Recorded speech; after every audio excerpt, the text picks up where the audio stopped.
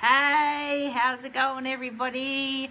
I'm Jen, and I help women find more time for themselves in order to be better mothers, sisters, friends, partners, daughters, etc. I'm also the host of the free Facebook group called Strong Women with Jen. This is a group for women to learn to fill their own cup first and not let the busyness of life keep us from doing the things that we love. Now, there's a link in the post attached to this video if you'd like to join right away. And I also wanted to draw your attention to a free guide I created called Feel Fantastic in 3 Simple Steps. Again, the link to download that is also attached to this video.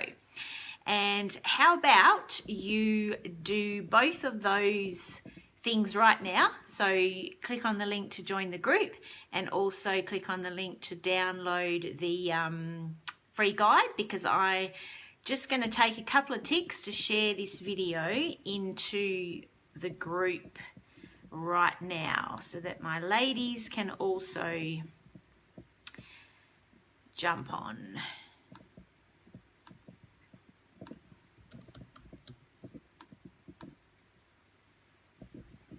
Okay.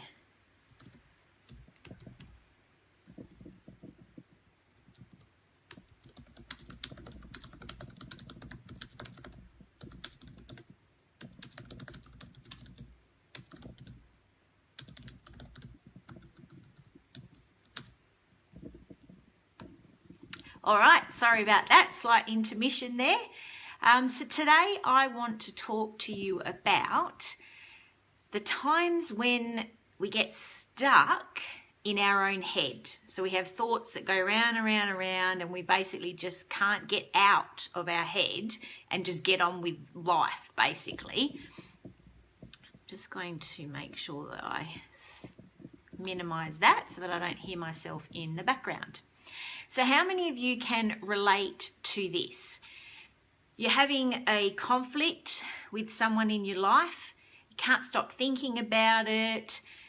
Things that you wish you had said just randomly pop into your head.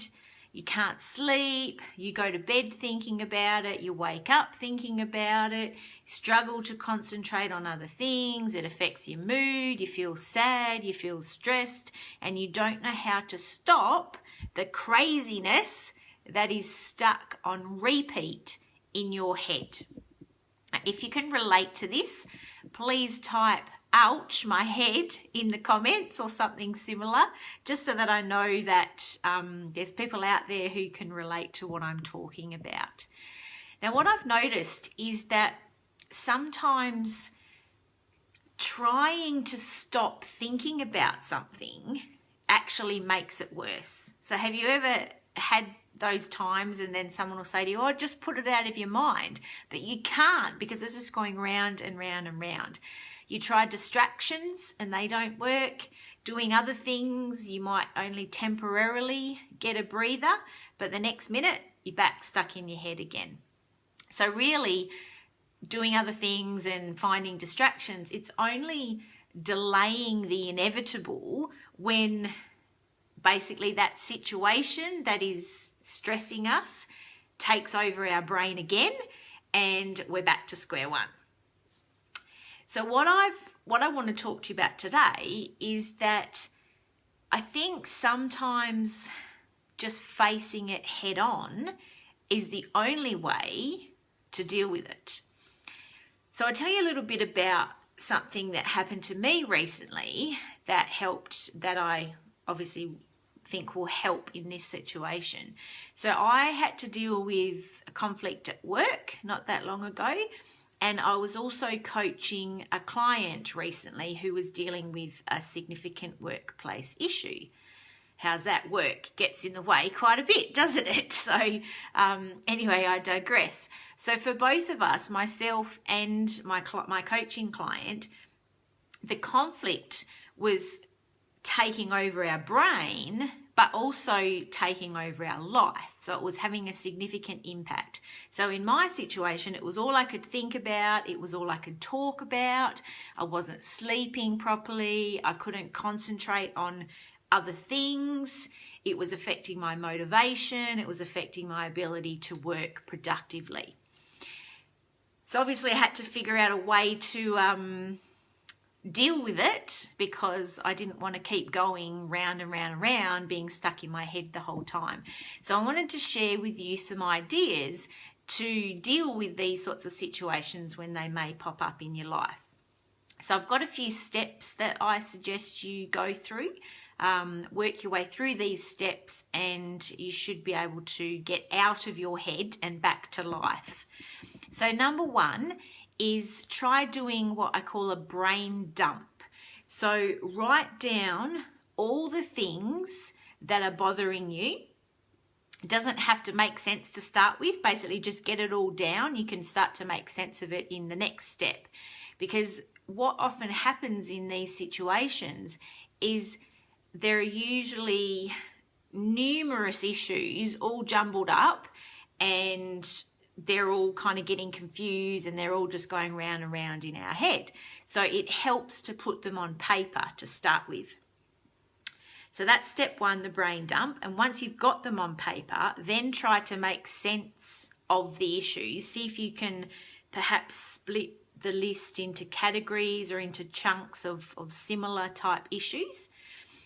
Step two in the process, I suggest you prioritize the list of issues that you've done, that you've identified in the brain dump. So prioritize that list into what is really important for you to deal with. And also there might be some things on the list that you could probably easily let go of if the more significant issues were resolved from that list. So step one, do a brain dump. Step two, prioritize the issues into what really needs to be resolved and what potentially will just fall by the wayside if the significant things are resolved.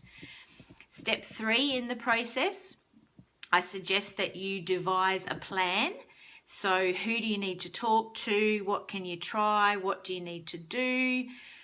Perhaps in my case, I'd already had a conversation. So my plan of action was to basically leave it for a while and see how it plays out. So figure out what the plan is in your case. Step four, of course, is put the plan into action. So even if the plan is to leave it alone for a while, then make sure that you actually do that. So consciously decide, I'm going to put it aside and I'm going to leave it for a while. And that might be easier to do once you've done the first few steps, which is emptying it out of your head. And another thing or another tip to help deal with it is if it's keeping you up at night, then try what's called stream of consciousness writing. So if you find yourself laying there and everything's just going round and round and round in your head, you're probably not going to get to sleep. So the best thing to do, turn on your light, grab a piece of paper, grab a pen, and literally just write everything as it just comes out. So it can be complete gobbledygook. It doesn't have to make any sense whatsoever. Just write and write and write and write until you can't write anymore. The idea being, picture it as emptying your head or your thoughts onto a piece of paper. So try that as well, stream of consciousness writing, if you find that you're being kept awake at night. So once you've followed all of those steps, then it's important to remember two things.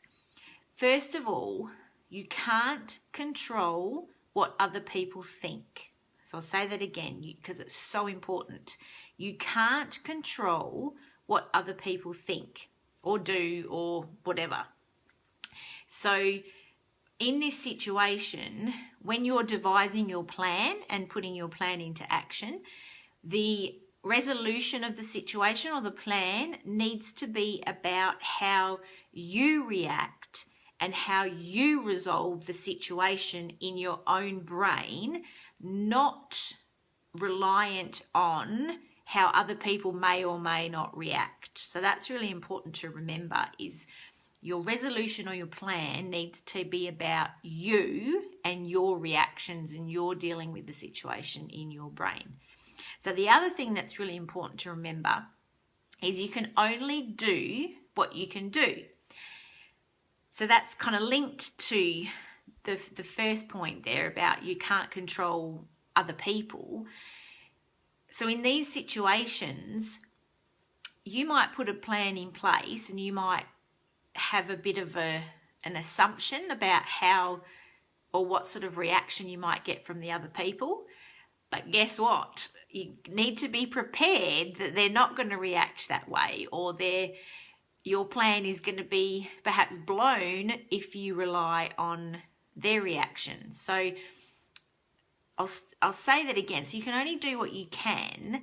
So once you've done what you can, then you need to be prepared to be okay with that you might just have to leave it there, because the choices that other people make and the reactions that other people have might mean that things have to change in your situation or in your relationship with those other people.